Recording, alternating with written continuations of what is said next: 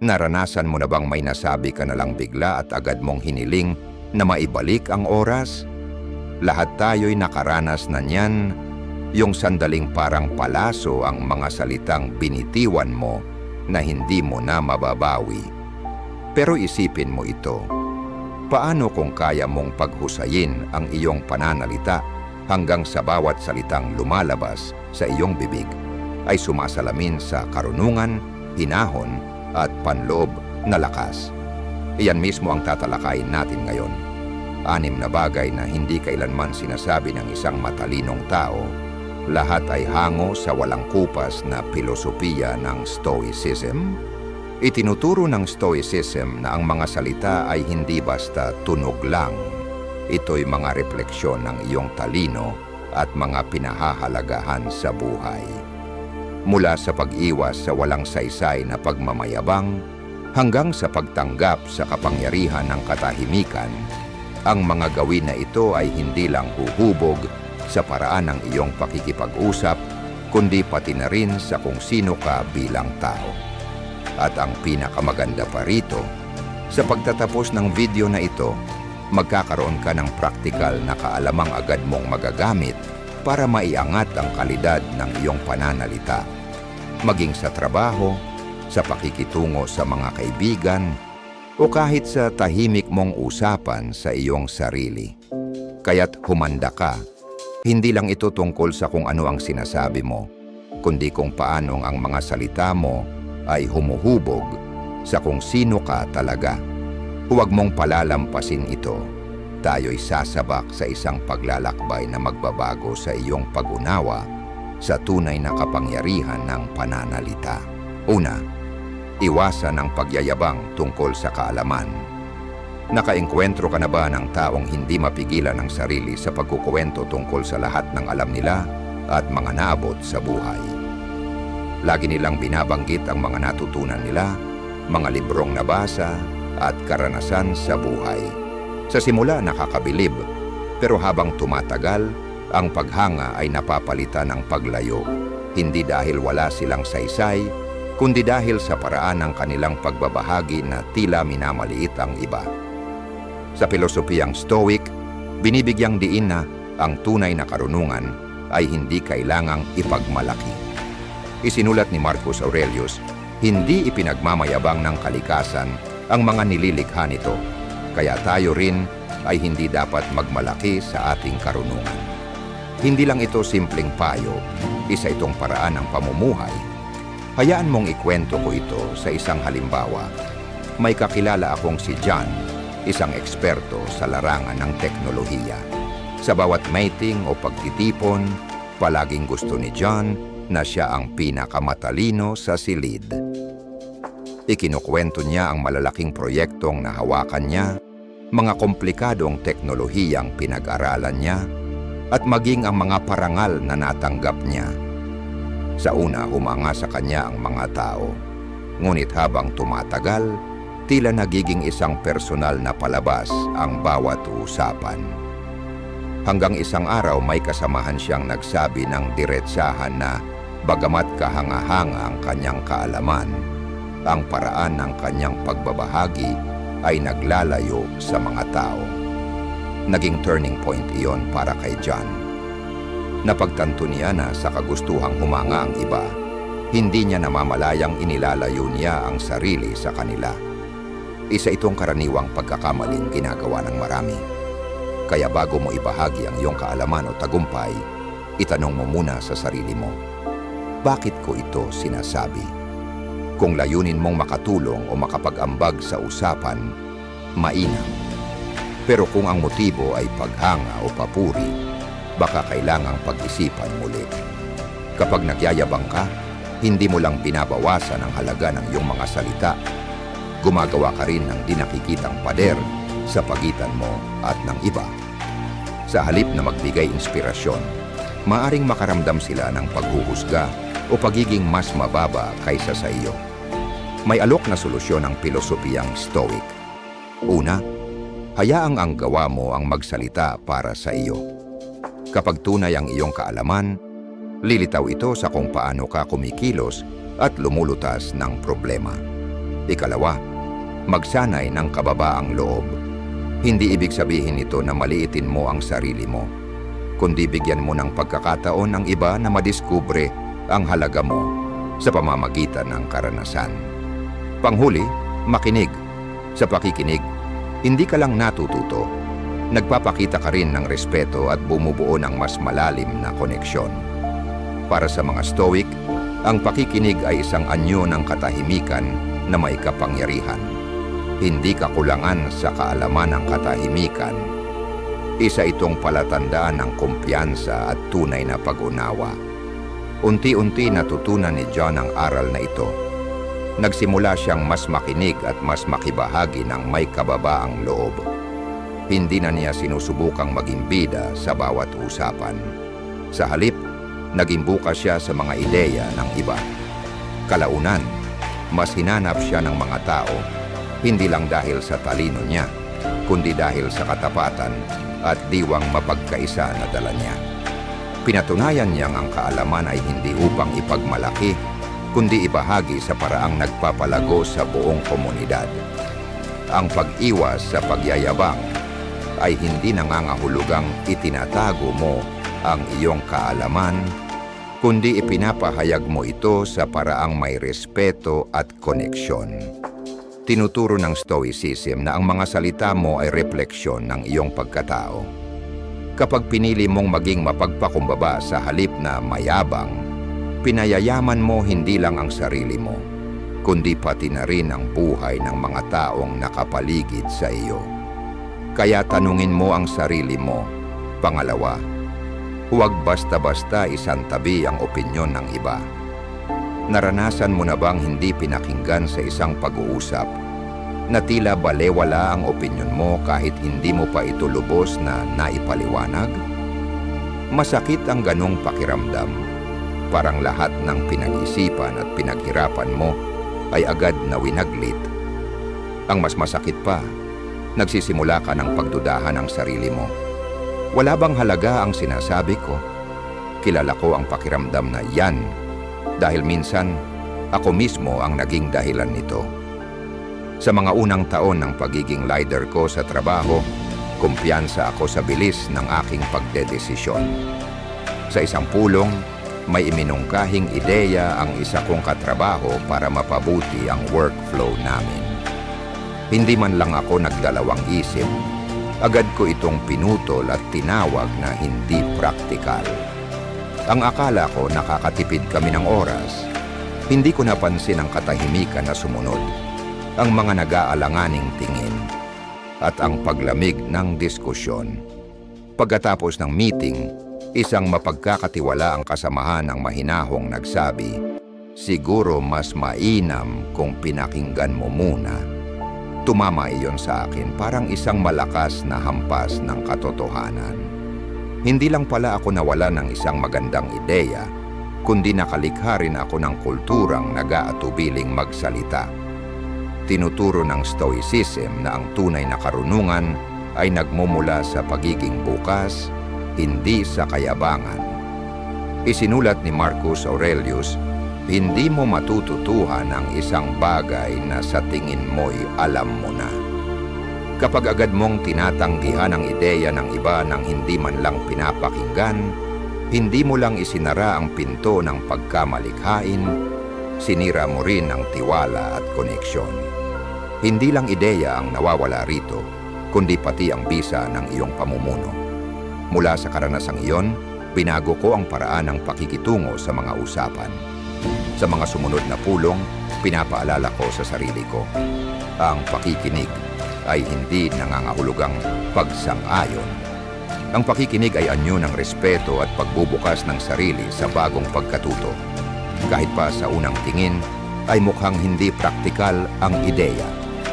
Laking gulat ko nang, dahil sa mas bukas na pag-iisip, nagsimulang lumabas ang mga solusyong ni hindi ko naisip dati.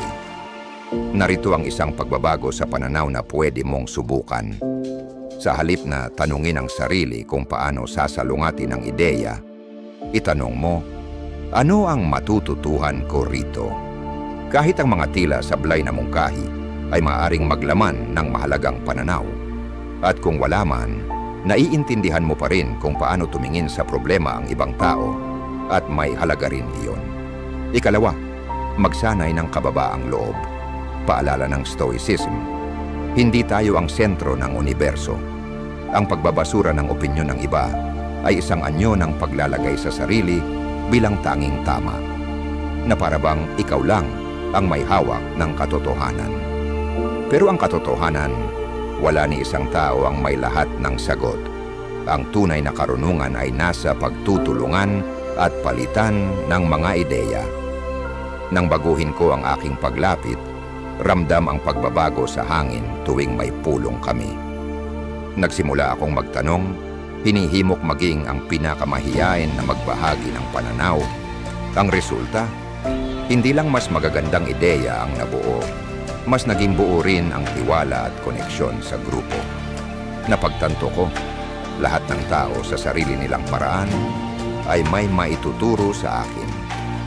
Mga bagay na hindi ko napapansin dahil sa sarili kong pagiging padalos-dalos at sobrang tiwala sa sarili. Sa huli, ang hindi basta pagbasura sa opinyon ng iba ay hindi lamang isang gawa ng kabutihang loob. Isa rin itong epektibong estratehiya. Kapag iginagalang mo ang pananaw ng mga nakapaligid sa iyo, binubuksan mo ang pinto sa walang katapusang ideya, kaalaman at oportunidad. Nagtatatag ka ng tiwala at lumilikha ng kapaligirang tunay na bukas sa inobasyon.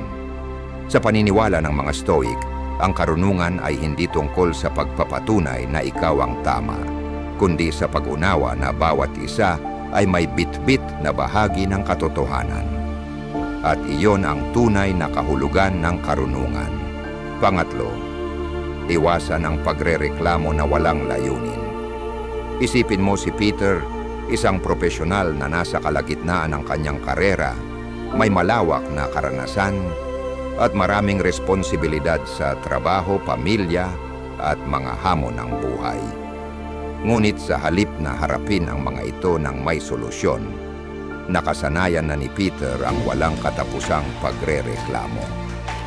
Mula sa pagiging hindi epektibo ng mga katrabaho hanggang sa palaging sira o walang laman na coffee machine sa opisina, walang katapusan ang kanyang mga hinaing. Sa simula, nakisimpatya pa ang kanyang mga kasamahan, nag-alok pa nga ng mga solusyon. Pero habang lumilipas ang mga linggo at buwan, kinain na sila ng negatibidad. Naging nakakapagod na ang mga pag-uusap kay Peter at unti-unting iniiwasan siya ng mga tao. Hindi dahil wala silang pakialam, kundi dahil hindi na nila kinaya ang tuloy-tuloy na reklamo. Isang araw habang lunch break, may kaibigan siyang nagsabi ng isang bagay na tumama sa kanya. Peter, naiintindihan ko ang frustrasyon mo, pero ano ang ginagawa mo para ayusin ito? Napaisip siya. Doon niya na-realize, hindi siya naghahanap ng solusyon, kundi puro reklamo lang. At ang mas masama, sa kanyang walang saysay na paglalabas ng sama ng loob, lalong lumalala ang pakiramdam niyang wala siyang kontrol. Madalas mangyari ito sa marami. Madaling mahulog sa bitag ng pagbubulalas ng inis na hindi natin iniisip ang epekto sa sarili at sa iba. Pero may malakas na panlaban dito ang pilosopiyang Stoic. Mag-focus sa mga bagay na kaya mong kontrolin at bitawan ang mga hindi. Isa sa mga dakilang Stoic na si Marcus Aurelius ay nagsulat, "May kapangyarihan ka sa iyong isipan, hindi sa mga panlabas na pangyayari. Kapag naunawaan mo ito, matatagpuan mo ang lakas." Ang pagrereklamo tungkol sa mga bagay na wala sa ating kontrol ay lalo lamang nagpapalakas ng pakiramdam ng kawalan ng kakayahan at ikinukulong tayo sa siklo ng negatibidad. Ngunit hindi lahat ng reklamo ay masama. Kapag may malinaw na layunin, maaari itong maging simula ng positibong pagbabago. Ngunit kapag walang direksyon, ang mga reklamo ay nagiging ingay lamang. Mga salitang walang laman na kumakain ng enerhiya at walang naitutulong.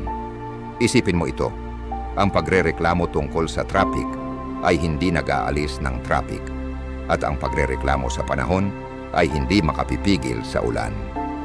Naiintindihan ito ng mga matatalinong tao, kaya't inilalaan nila ang kanilang enerhiya sa kung ano ang tunay na mahalaga. Paano mo ito mapuputol? Simulan sa isang simpleng tanong. Sa tuwing nakakaramdam ka ng inis, ano ang magagawa ko tungkol dito? Kung ang sagot ay wala, bitawan na. Ang pag-iyak sa mga bagay na wala kang kontrol ay hindi lang sayang sa oras. Inaagaw pa nito ang iyong kapayapaan. Ibaling mo ang enerhiya mo sa makabuluhang bagay, magbasa, magnilay, o magpasalamat sa mga bagay na maayos sa buhay mo. Isa pang epektibong paraan ay ang pagbaligtad ng pananaw. Sa halip na, bakit laging ako? Tanungin mo, ano ang matututuhan ko rito? Tinuturo ng Stoicism na bawat hamon ay may kalakip na pagkakataon para sa pag-unlad. Pinipikit tayo ng reklamo sa mga pagkakataong ito, samantalang ang pagninilay ay tumutulong upang matuklasan natin ang mga ito. Bumalik tayo kay Peter. Tinanggap niya ang payo ng kaibigan at unti-unting binago ang kanyang pananaw. Sa halip na magreklamo sa manager, naghanda siya ng maayos na solusyon sa mga problema sa trabaho. Sa halip na inisin ang sarili sa biyahe, nakinig siya ng audiobooks at nagpractice ng mindfulness habang nasa traffic. Kalaunan, nagbago ang pananaw niya. Naging mas mabigat ang dating ng kanyang mga salita dahil hindi na ito puno ng negatibidad. Bumuti ang kanyang ugnayan sa iba at mas hinanap siya ng mga katrabaho na aakit sa kanyang kalmadong disposisyon at kakayahang tumuon sa solusyon. Sa huli, ang pag-iwas sa mga reklamong walang saysay ay tungkol sa pagbawi ng iyong kapangyarihan. Kapag nakatuon ka sa kung ano ang kaya mong kontrolin, pinatitibay mo ang iyong isipan at pinapalakas ang impluwensya mo sa iba. Paalala ng pilosopiyang Stoic, ang ating mga salita at kaisipan ay mga kasangkapan. Kapag ginamit ng tama, makakalikha tayo ng buhay na puno ng katatagan, layunin at koneksyon sa kapwa. Kapag binitawan mo ang walang kwentang reklamo at niyakap ang makabuluhang aksyon, hindi lang nababago ang pananaw ng iba sa iyo, binabago mo rin ang sarili mong buhay. Pang-apat, huwag magbitaw ng mga pangakong walang laman.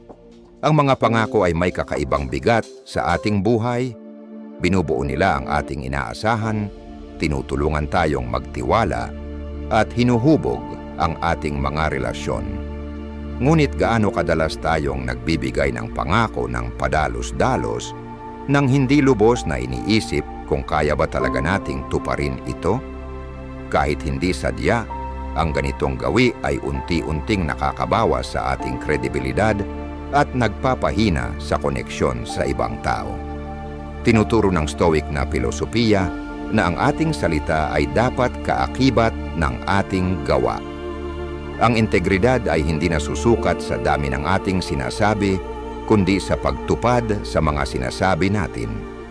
Isaalang-alang natin si Greg, isang profesional na nasa edad 50 pataas, abalang-abala sa trabaho at responsibilidad sa pamilya. Mabuti ang kanyang layunin, ngunit madalas siyang masyadong nangangako. Mangangako siyang rerepasuhin ang ulat ng kanyang team sa Lunes o sinasabing makakauwi siya ng maaga para sa hapunan. Ngunit paulit-ulit siyang hindi tumutupad. Sa simula, naiintindihan pa siya ng mga tao. Alam nilang abala siya. Pero habang dumarami ang mga hindi natutupad na pangako, dumami rin ang pagkadismaya.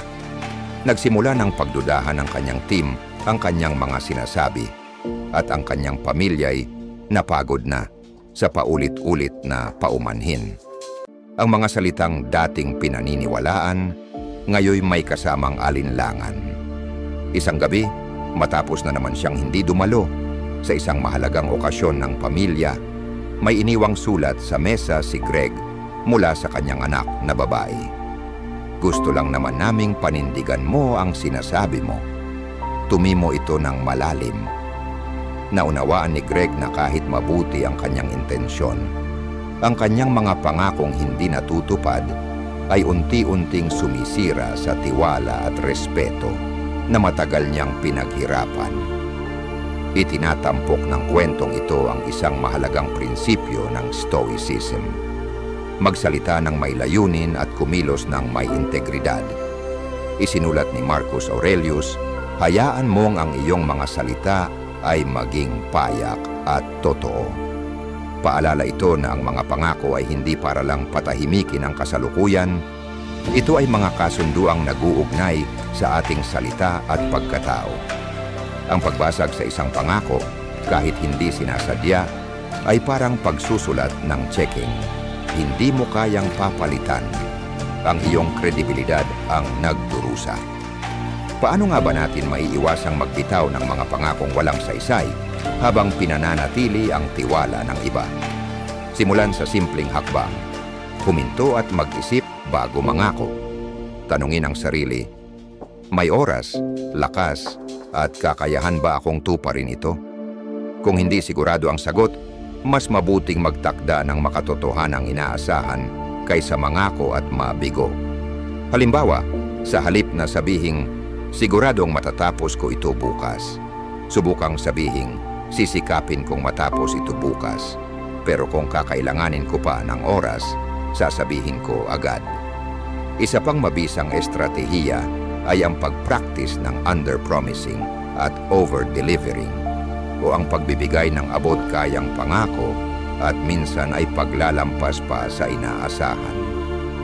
Sa ganitong paraan, hindi lang natin naiiwasan ang pagkadismaya, kundi nakikilala rin tayo bilang taong maaasahan. Isipin mo kung sinabi ni Greg sa kanyang team na kailangan niya ng 3 araw para suriin ang ulat, pero nagawa niya ito sa loob ng 2. Mas matimbang ang ganong kilos kaysa maraming salitang hindi natutupad. Huli sa lahat, yakapin ang pananagutan. Kung sakaling hindi mo kayang tuparin ang isang pangako, harapin ito. Humingi ng paumanhin ng taos puso, ipaliwanag ng maikli, at mag-alok ng solusyon.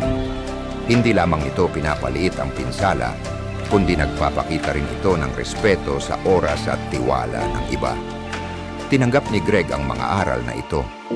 Naging mas maingat siya sa kanyang mga pangako, natutong tumanggi kapag kailangan, at sinigurong natutupad niya ang bawat oo na kanyang binibigkas. Sa paglipas ng panahon, nanumbalik ang tiwala ng kanyang team at ang kanyang pamilya'y nakita ang kanyang pagsisikap bilang totoo at taos-puso.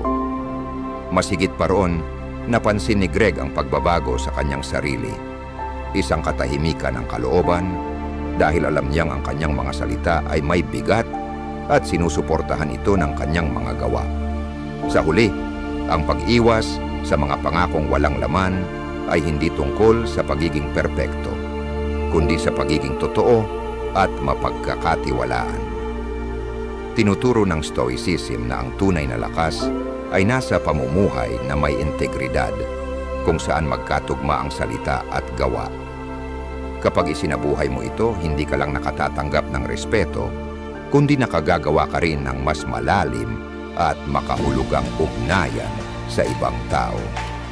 Sapagkat sa dulo, hindi ang mga pangakong binitiwan natin ang huhubog sa atin, kundi ang mga tinupad natin. Ika-6, huwag labis na magbahagi ng mga plano sa hinaharap. Itinuturo ng mga Stoic na ang pagtupad sa pangako ay hindi lang tungkol sa pagsunod sa obligasyon, ito'y tungkol sa pagprotekta sa iyong kredibilidad at paggalang sa iba. Kahit ang maliliit na pangakong walang laman ay maaring dahan-dahang makasira sa iyong reputasyon at tiwala ng iba. Hayaan mong ikwento ko ang isang sitwasyong maaring pamilyar sa iyo.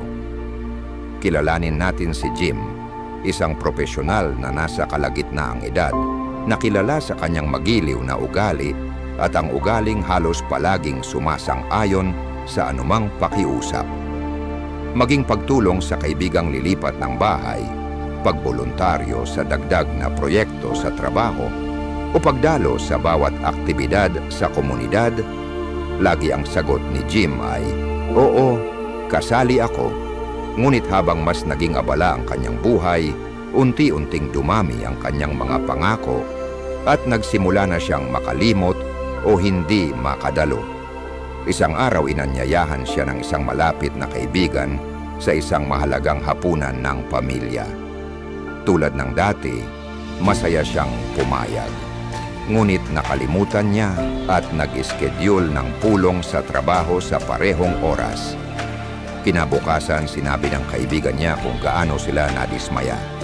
Doon siya natauhan.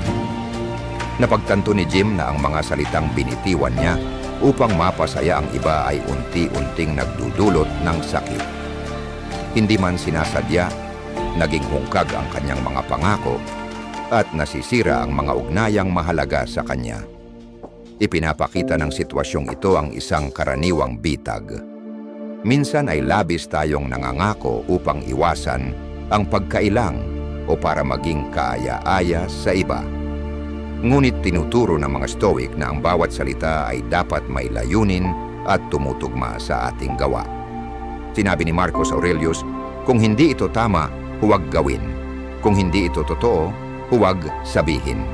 Sa madaling salita, dapat ay totoo at may sinseridad ang bawat pangakong binibitawan. Ang pagsang-ayon ng walang paniniwala ay madalas nag-uugat sa takot na makasakit ng damdamin. Ngunit ang tunay na nakasasama ay ang hindi pagtupad. Paano natin maiiwasang mangako ng hungkag? Una, maglaan ng sandali bago sumang-ayon sa anumang bagay. Tanungin ang sarili kung akma ito sa iyong mga prioridad at kung kaya mo talagang tuparin ito. Kung hindi, mas mabuting magbigay ng magalang na pagtanggi kaysa sa isang oo na hindi mo mapaninindigan. Mas pinahahalagahan ng mga tao ang katapatan at kalinawan kaysa sa mga malabong pangako. Pangalawa, unahin ang kalidad kaysa dami. Mas makabubuti ang konting pangakong maayos mong natutupad kaysa sa napakaraming hindi mo na mapangatawanan. Kapag may sinabi kang gagawin, gawin ito ng may layunin at kahusayan. Sa ganitong paraan, nabubuo ang reputasyon mo bilang isang maaasahan at tapat na tao. Panghuli, unawain na ang pagsasabi ng hindi ay hindi pagiging makasarili. Ito ay anyo ng self-awareness. Itinuturo ng mga Stoic na dapat tayong tumuon sa mga bagay na kaya nating kontrolin. Kapag sobra ang kinukuha mong obligasyon, nababawasan ang kakayahan mong tuparin ang mga pangakong tunay na mahalaga. Kapag sinasadya at may intensyon ang iyong mga pangako, pinangangalagaan mo ang iyong integridad at ang tiwala ng iba. Matapos pagnilayan ni Jim ang kanyang naging pagkakamali, nagsimula siyang baguhin ang kanyang paglapit sa mga pangako. Natutunan niyang tumanggi sa mga pakiusap na hindi niya tunay na kayang gampanan at tinutukan niya ang pagtupad sa mga pangakong may saysay. Sa paglipas ng panahon, bumuti ang kanyang mga relasyon. Hindi na siya hinangaan dahil sa pagiging yes man, kundi dahil sa pagiging taong mapanindigan at totoo sa salita. Sa huli, ang pag-iwas sa hungkag na mga pangako ay higit pa sa pagtupad ng salita. Ito ay pag-align ng iyong mga kilos sa iyong mga pinapahalagahan at paglikha ng mas malalim, makabuluhang koneksyon. Paalala ng mga Stoic, bawat salitang binibitawan natin ay humuhubog sa kung paano tayo nakikita ng iba at kung paano rin natin nakikita ang ating sarili. Kaya sa susunod na may humiling ng iyong pangako, huminga muna, magmuni-muni, at tiyaking ang iyong pangako ay isa na kaya mong tuparin ng buo. Hindi lamang ito karunungan, ito ang tunay na lakas. Gusto kong marinig ang iyong kwento at mga tagumpay. Huwag kalimutang mag-subscribe, i-click ang notification bell at mag-iwan ng komento sa ibaba para ibahagi ang iyong mga karanasan, maging ang mga pagsubok na iyong nalampasan. Kung hindi mo pa alam ang isusulat, mag-comment lang ng "I love this" upang ipakitang natapos mo ang session na ito. Ang iyong pakikilahok ay tumutulong sa ating komunidad na lumago tungo sa karunungan at sa sining ng pagharap sa hamon bilang pagkakataon. Mag-iiwan ako ng 2 pang video dito upang maipagpatuloy mo ang iyong paglalakbay tungo sa personal na pag-unlad. Maraming salamat at magkita tayo sa susunod na video.